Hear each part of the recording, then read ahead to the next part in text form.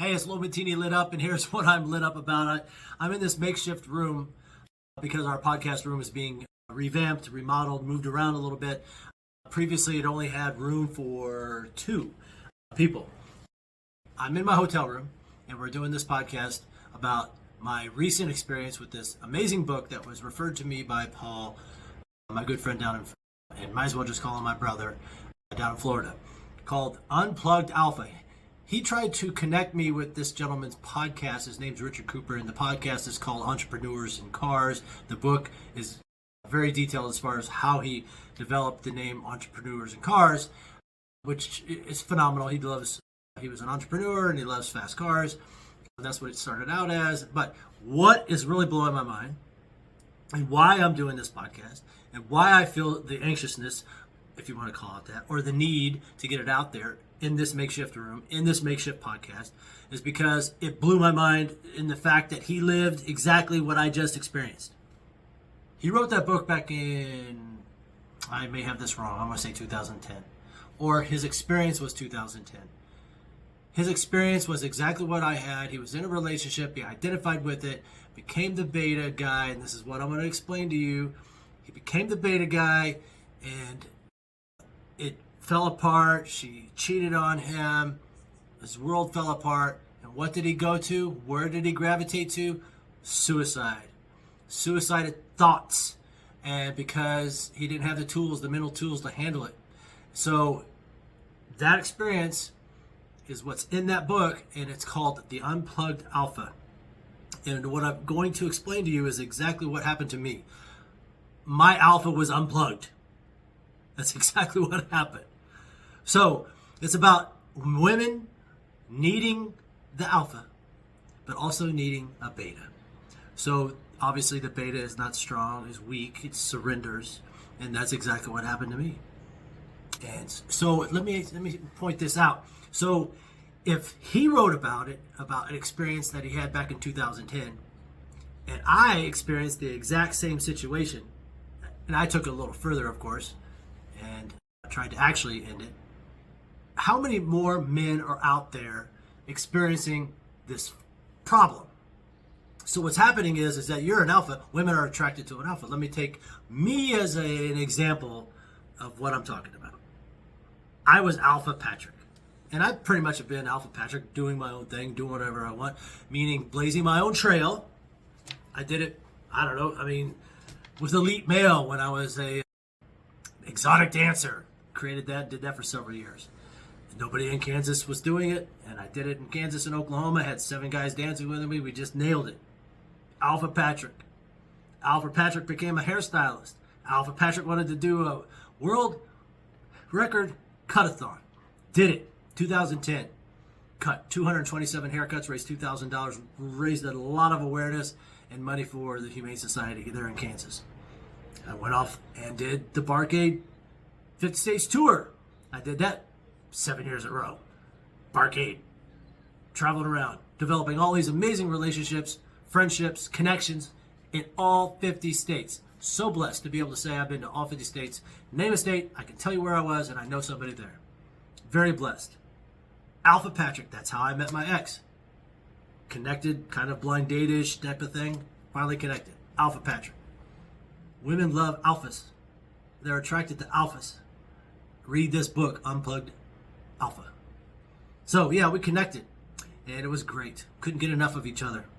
It started off a little rocky because I was still talking to another girl, and all that kind of stuff. But that lends to insecurities and other things like that. That's a whole other story.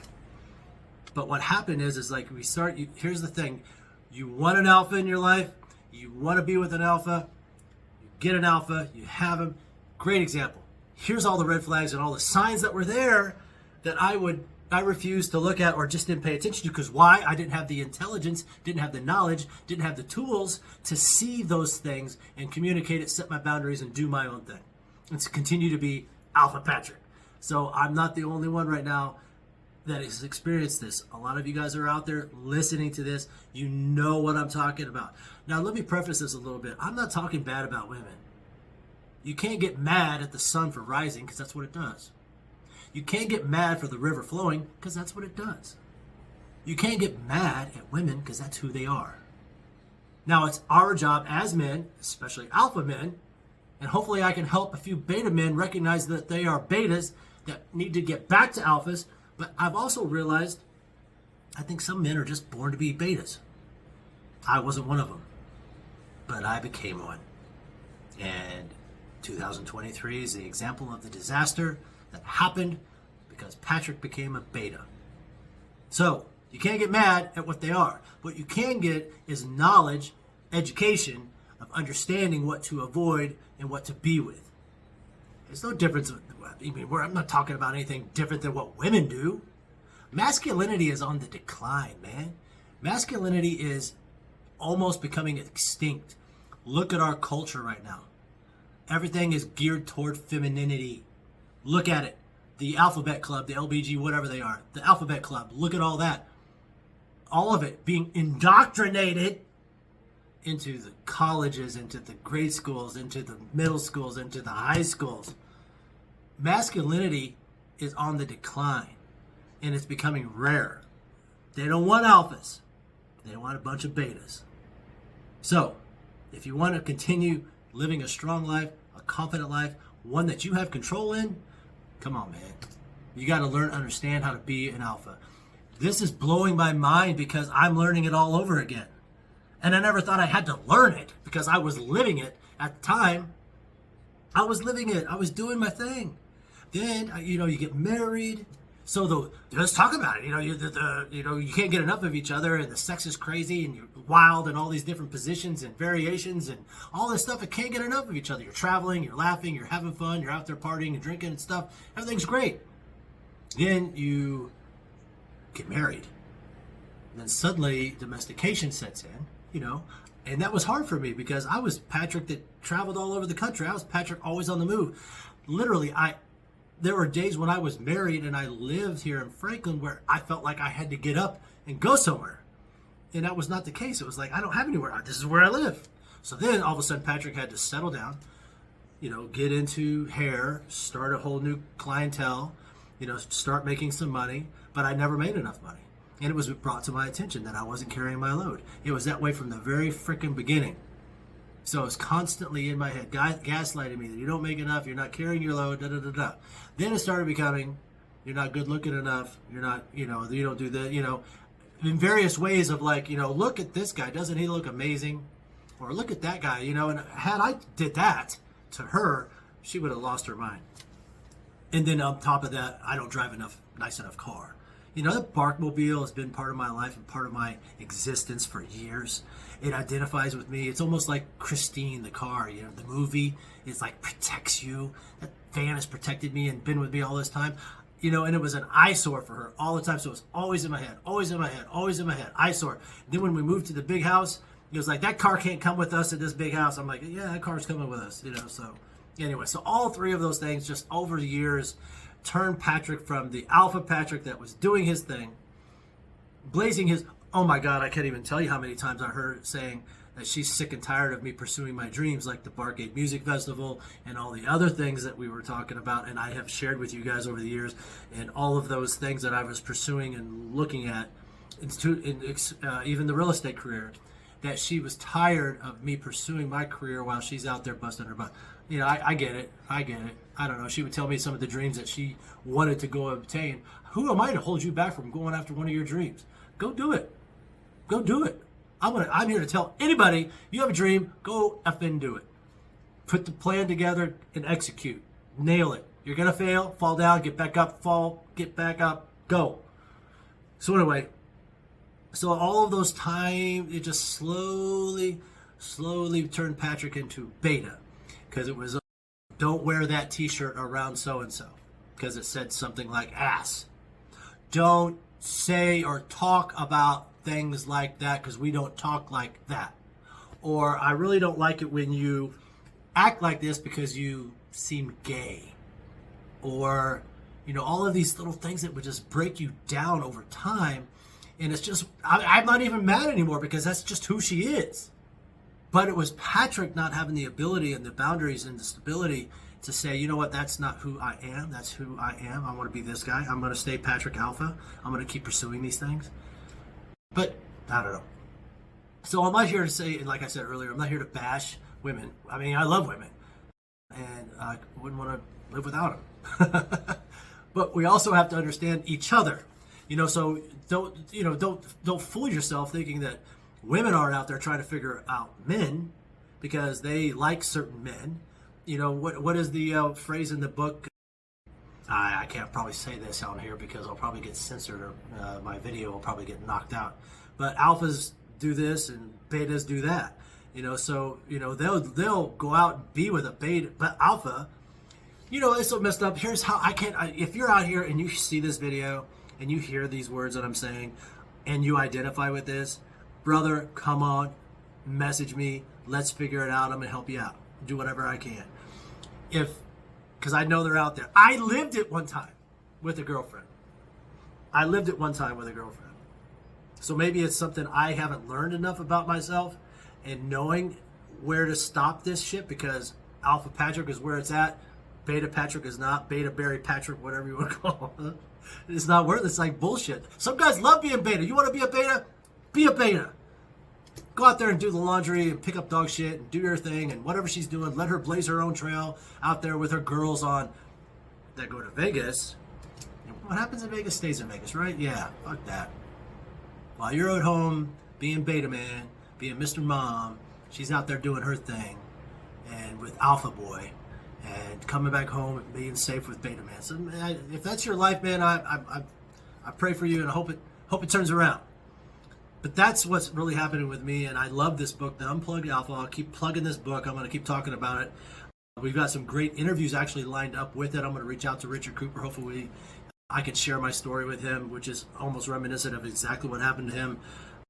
But fortunately, he didn't go as far as I did. So it's about understanding yourself as a man. I lost my way as a man. I was no longer Alpha Patrick. I became Beta Patrick. And just kind of like did this mundane. So what happened to Patrick as Beta Patrick, Beta Barry weak ass Patrick, is I began to drink on a more regular basis. So alcohol was always there. We always drank, but it wasn't like this. It was almost like I had to have something on the way home because I knew what I was coming home to. And I needed to I don't know whether or not it was numbing it or it was just, then it became habitual. And then, so what was interesting, what I've said before in other podcasts is, it shifted the gaslighting, it shifted the negativity, it shifted the browbeating. It went from, you're not making enough money, you're not good looking enough, you don't drive nice enough car, now you're an alcoholic. So you can see how it just buried you as a personality. It buried you as a man. You weren't even a man anymore. We weren't even having sex anymore. So when you get beat down to a beta, you're not even attractive anymore. It went from crazy wild sex at the very beginning and, became marital type sex. It was still fun and still good. And then it became to like never. And what it was that boring missionary sex. She got hers, you didn't get yours, and she don't care. It's just pathetic that we allowed it to get to that far as a man. So now I, have been, as you know, if you guys have been following me, I've been ridiculed, I've been punished, I've been dragged through the mud, my recovery, the divorce, just kicked, nothing, no communication, zero. And I survived. You can too. I survived. If Richard Cooper, who wrote the book, survived, you can survive too. How many millions of men out there are suffering from this? Do you realize that the suicide rate amongst men is almost twice that of women? And of those suicides in men, the majority are what I went through. Divorce, the loss of your child, the loss of your home, the loss of your dogs, most likely the loss of your car. And now you have nothing. She gets it all because that's how the system is rigged. So what's your options? Alcohol, drugs, homelessness. And then it just spirals out of control. And then suddenly, one day, you wake up and you want to stick a knife in your neck. Shit happens. It's unfortunate. But can we make a difference? How can we make a difference? And that's what I'm doing with this. That book just lit me up. I immediately went and joined Krav Maga. Had my first lesson yesterday. So excited about that. Now I just need a motorcycle. Paul, you know what I'm talking about. So it's about getting back to Patrick the Alpha. Patrick, let's take that back. No, I'm not saying, what I mean by that is, let's get back to Patrick, who is an alpha. Now, if you're not an alpha, I'm not saying I don't care for you, I don't like you or anything. That's just who you are. So if that's your place in life, then you're a beta. You're beta berry. That's fine. I am not a beta. I'm an alpha. And that's the whole reason everything happened to me the way it did in 2023. And I'm, in a weird sort of way, thank you, God, that I'm alive. Thank you, Jesus and the Holy Spirit, that I have recovered. I'm intact. I can articulate. I can breathe. I can run. I can jump. I can work out, take Krav Maga, and do all these amazing things and have these amazing podcasts on here so I can talk to you people out there. I am so blessed that I went through such a tragic moment and can still be here and be so intact. And so I'm going to use those blessings so I can help other people not go down that path. Now, whether it's a man in a relationship that's having problem because he's a fucking beta, or if it's a child, or if it's a parent trying to understand, where they're coming from. I am not a licensed psychologist. I am not a therapist. I am just sharing my experience, what I have learned from that experience. Because there is professional help out there, and I would highly recommend anybody to go out there and make the phone call, pick up the phone, talk to a professional, talk to a therapist, make an appointment. Even if you're not having problems, I honestly believe that the majority of the people out there in this world need to go see a therapist. This is a fucked up world. It's crazy. And it's not forgiving, and it doesn't care.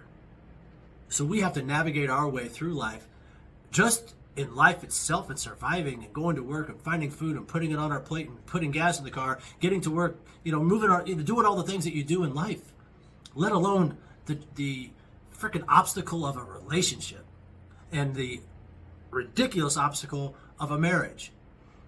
And let me tell you something about that. I was stuck on a couple of things because it bothered me about this marriage and the wedding vows. The wedding vows are the biggest crock of crap ever. Till death do you part, sickness and health, all of that is crap. If that's the case, and you really mean what the hell you just said, why is the divorce rate almost 70%, 65%, whatever it is? It's crazy.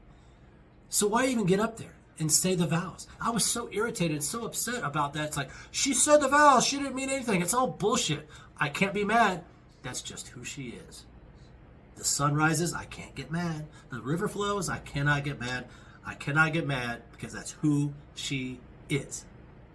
So understanding that, moving forward, you're going to live a better life. So you're going to see the signs, you're going to understand that, you're going to be able to set those boundaries, you're going to be able to say, okay, I'm not going to go down that path because it leads to anxiety, it leads to depression, and I am never going to take my life, because what an insult to God. God made you in his image, and his gift to you is the life you live. And for you to try and take it, what an insult that is. So, I'm going to use these blessings. I'm going to continue pushing forward.